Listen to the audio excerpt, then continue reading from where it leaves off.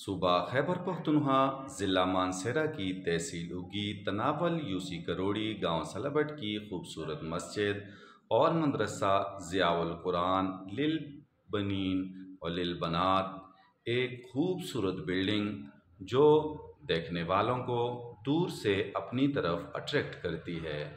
خوبصورت پہاڑیوں اور سبزہ زار میں اور خوبصورت درختوں کے جھرمٹ میں گھیری ہوئی یہ مسجد و مدرسہ کی بلڈنگ دیکھنے والوں کو دور سے اپنی طرف فیسینیٹ کرتی ہے۔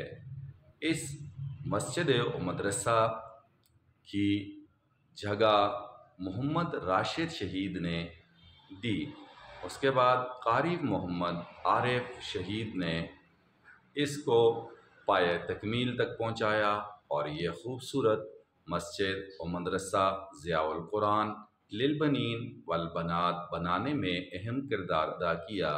اس خوبصورت مسجد و مدرسہ کا انتظام گاؤں سلبٹ کی کمیٹی اور نوجوانوں نے سنبھالا ہوا ہے۔ اپنی مدد آپ کے تحت کمیٹی یہ سارے انتظامات چلا رہی ہے۔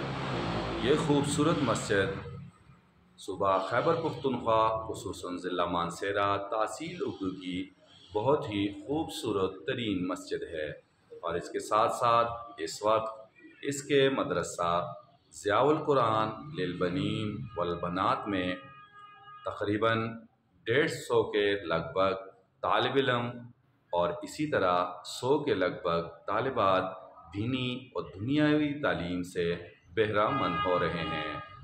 مسجد کے منتظمین اور کمیٹی خصوصاً قاری شہراز صاحب اور قاری نواز صاحب اور باقی سارے لوگوں کی محنت سے یہاں سے بہت سارے حفاظ اکرام اور قاریہ ابھی تک تیار ہو کے نکل چکی ہیں۔